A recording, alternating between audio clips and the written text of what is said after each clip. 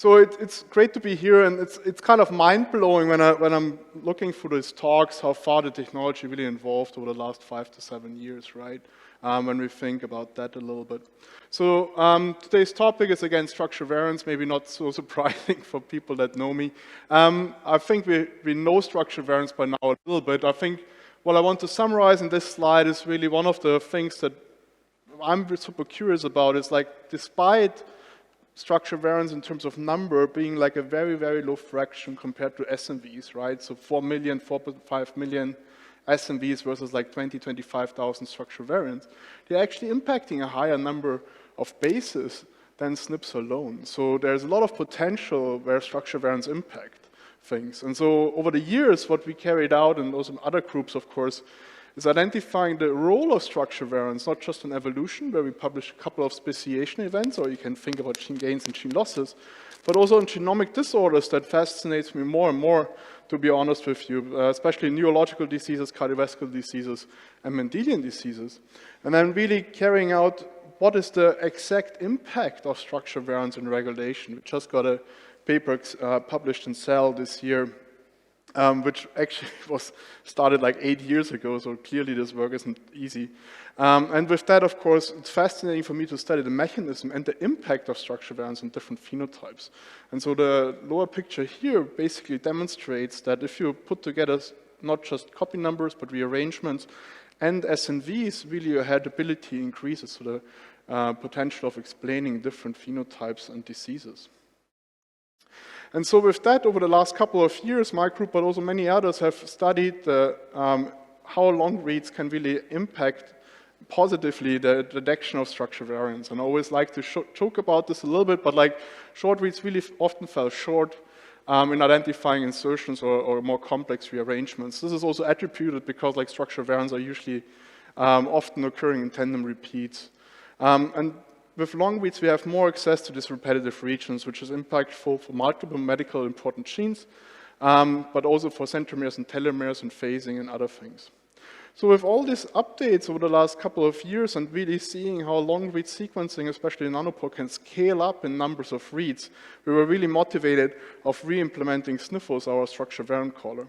And in short, this is what we did. So I'm showing you here 2 different benchmarks. The upper one is the genome-wide benchmark in Genome in a Bottle, and the lower one is the clinical medical relevant genes, challenging medical relevant genes benchmark from Genome in a Bottle. And so here I plotted out the default parameters for Sniffles and other SV callers in blue, the tuned parameters in red for the other programs at different coverage levels. So the symbols are different coverage levels ranging from 5x up to 50x.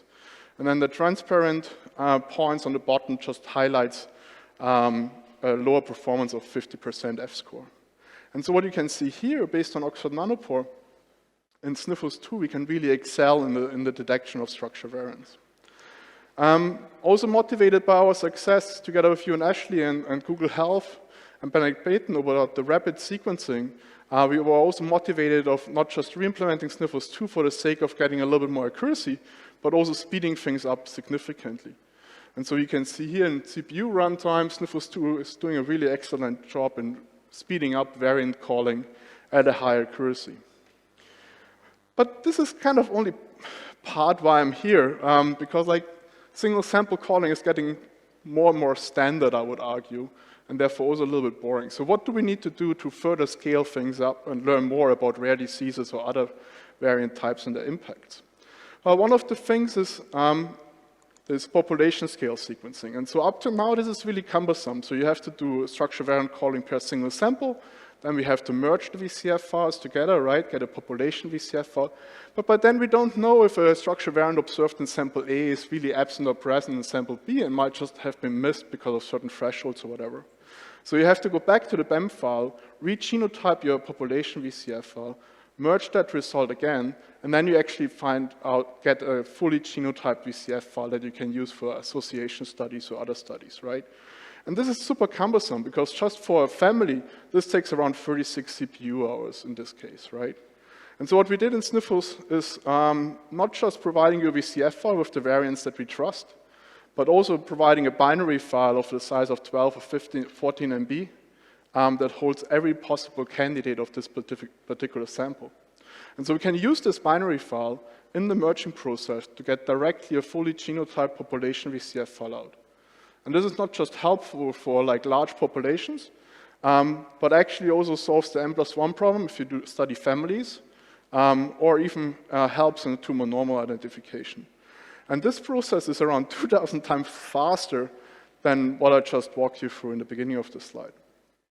So the first thing we, of course, compared to Mendelian consistency. So in blue, you see the consistent genotypes across this trio. In red, the inconsistent ones. And you can see in Sniffles population merge, this works out pretty great. In the middle, you see QDSV and a simple merge without re-genotyping. And then on the right side, you see with re-genotyping, which took so long. And you can see when you compare this with Sniffles that our consistency is higher and we have no missed genotypes at all. Actually, if we scale this up to 700-800 genomes, this still is 2 times faster than a trio approach on a traditional one. So really promoting the speed of things and enabling, hopefully, for larger population studies to identify rare disease variants. One of the studies that we did is in this Mendelian cohort, which is focused on the MACB2 gene, which is a profound neurological development delay, especially in males, because it's on the X chromosome. You see it's basically on the telomere side. Oops, that pointer doesn't work too well. It's basically on the telomere side of the X chromosome. And it's a tricky region.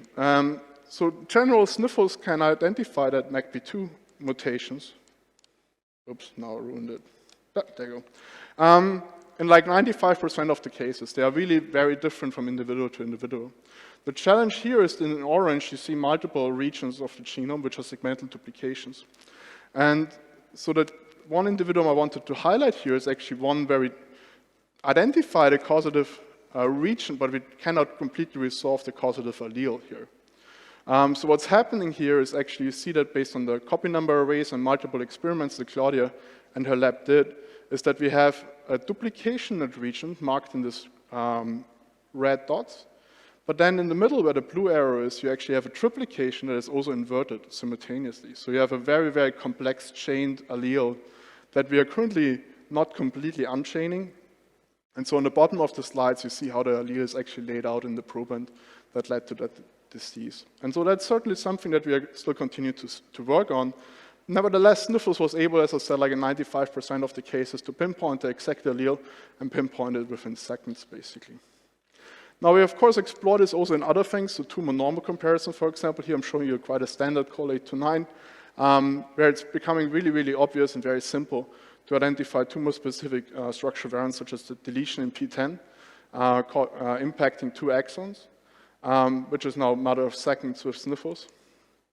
But the other study I wanted to highlight today was also the study in Han Chinese population, where we sequenced around 1,000 Han Chinese individuals. Few individuals we had to discard because of QC. And that was part of a biobank that they had created. Shoan Fang is the PI on that in the Fudan University. And so over that study, what we identified were a couple of genes and a couple of really nice results. And like I could give a presentation just on that. But just to simply wrap it up, we found like 52% novel structure variants that haven't been seen before in 1,000 genomes or others. 10 of them have natural knockout genes where we have deletions with allele frequency higher than 90%. So really putting the point in like we need in a population-specific catalog. And like Joan is using this right now for annotations of different structure variants. The really cool thing, and that's why I decided to show you guys this slide today, was we also found structure variants impacting certain genes responsible to body height. So these are the 3 genes that I'm showing you here, body height, body mass, but also of course diets and other things. And the reason I'm showing you here these plots are not that impressive, although it's statistically significant. We just got back the functional results of a mouse study, mouse knockout study, as well as HeLa cells, and the functional results overlap exactly what we have predicted by finding these deletions to be impactful of these genes and causing the predicted phenotype of body mass and body height on these mice. This is a really nice study and a really nice showcase where scaling of the sequencing with Oxford Nanopore really helped us to identify new things in that population. We, of course, utilize also Sniffles and Oxford Nanopore sequencing across Crager, which is a Mendelian disease cohort. Also All of Us, which is currently wrapping up its first freeze, where we've done like over 1,000 genome sequences and plan to do over 10,000 genome sequences with Oxford Nanopore, but also with BugBio to get more details and get a clinical cohort for annotations. And then, of course, we're also working with G42, which I think just renamed into M42, where they have sequenced already like 85 or 90,000 nanopore whole genomes, where we're building a catalog of structure variants and deep insights into the population of the Emirati genomes. So this is nice. I would argue we really tried to kind of push the boundaries here. The next boundary that we were really curious to push further is actually the detection of somatic or mosaic structure variants. As you might have heard already today in the lightning talk, this is rather new and rather, I think, very interesting because like it's something that people don't usually look for very often. They all focus mainly on germline structure variants and see their impacts. So for this application, we have to solve the following problem, right? So you see here 3 reads marked with insertions that highlight an insertion in this particular spot, and the rest of them are normal. So the challenge here is to identify these 3 reads correctly and not confuse them with sequencing errors, right? Compared to the rest of the genome. And so to assess this, we first did simulated data, meaning that actually we used real reads from Oxford Nanopore that did a spike-in experiment from one sample into the other with different concentrations. So what I'm showing you here on the x-axis, the different concentrations from 7%, 10%, 14%, so on to 28%. And we did spike in the HG002 sample into the HG733 sample. And there are multiple tricks and complicated assessments in these simulations to get this right.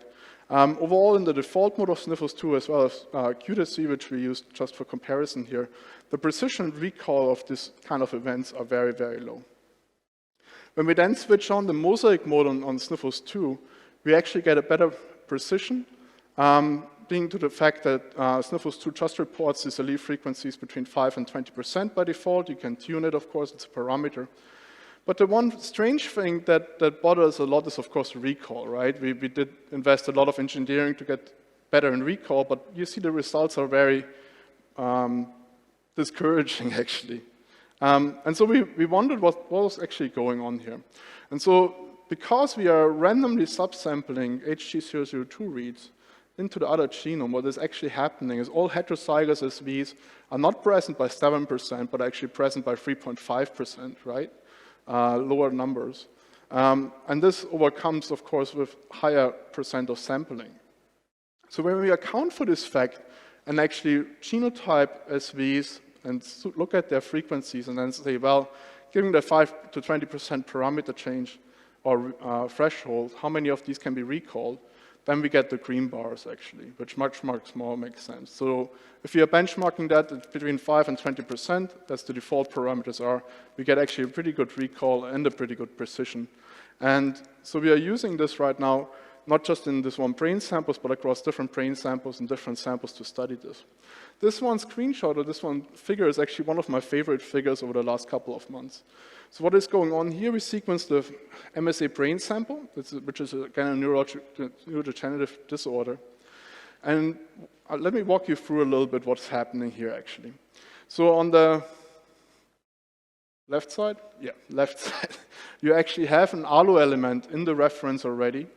Then you have an ALU-Y element inserted as a homozygous insertion. This is like the purple bars here that you see.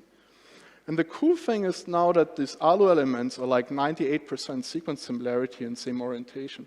So what happens is in certain numbers of cell, you have a recombinant between the ALU-Y and the ALU element that causes this observed deletions at like 5% or 6% allele frequency. Which is actually just, as I said, a recombinant between the two ALU elements. The cool thing now with Sniffles, we can detect these elements regularly in all the samples. So in this specific brain, we found 26 ALU-ALU interactions that cause the mosaic deletions. And if we don't restrain the insertions to be around 400 base pairs, we actually are finding under 25 insertions that causes mosaic deletions in this particular sample. And I would argue this really kind of, again, pushes the boundary, because now we can, by a standard scan of like 20 minutes or 30 minutes that Sniffles takes to run on a normal sample, we can identify these events and now make them as part of our experiments and part of our studies. Because I think there's a lot of hope that these mosaic structure variants have certain impacts in rare and adult diseases. So where are we doing this together is with Oxford Nanopore, we are sequencing 4,000 brain samples with the CARD initiative. Here is one control brain that we really sequenced a lot, actually. So like you see here, the frontal cortex, we sequenced with 400x Oxford Nanopore, but also cerebellum, we sequenced with 800x Nanopore. And so the challenge here was really to understand better how often do these mosaic structure variants really occur, these low-frequency mutations really occur in this control brain, so no disease present. And there are actually quite some that we currently detect, and so we are currently going through these structure variants. So here you see a table, the different columns are the different brain regions, and then you see deletions, duplications, insertions, and so forth. We actually see, compared to germline, we see actually more deletions than insertions, and we think that's because it's allele recombinants. And so also in this brain sample, we find a couple of these cases. So here's one of the bad gels that we had for testing this out. Usually these things co-occur in tricky, repetitive regions, so it's hard to get really nice gels out. What was interesting is Sniffles actually predicted this deletion as a 6% allele frequency deletion in one of the brain samples. According to the gel, actually it occurs in all brain samples, not just in one. But it's interesting to see this because we also had blood from this individual where we had sequenced the brain from. And so we don't see that mosaic mutation in the brain, in the blood samples itself. So it could be a brain-specific mosaic mutation from all we understand right now. And this is really, really interesting, I think. So we are currently continuing this study, of course, trying to compare it with other samples, not just brain samples, and then also investigate the methylation impact of these mutations, right? So now we can identify them quite regularly. We can get the read names from Sniffles directly that are supporting these events, so we can pull out the methylation signal and compare the CpG alleles up front and after the structure variant. And so, of course, we are extending this also into cancer with the Canada's Michael Smith Genome Science Center, as well as Genomics England. Because what we also did was not just do like this mode of default for germline and mosaic, but also we have a combined flag where you can, as I said, like just scan routinely for both types of variants and get that reported in a VCF file. And then putting this on top of the population mode that I just presented to you is really a powerful tool to identify tissue-specific mutations in low frequency or as in germline at scale from 2 samples up to 4,000 or 10,000 or more samples. And so with that, I want to really thank all my lab members, a bunch of crazy guys. I want to thank HGSC at Baylor College of Medicine, of course, UCL and PNRI for successful collaborations across that. I missed the Fudan logo on this slide, sorry for that. Shofan and I had really lots of great communications over the years and a really successful study, and I want to thank a lot of funding agencies for all the work. Thank you so much.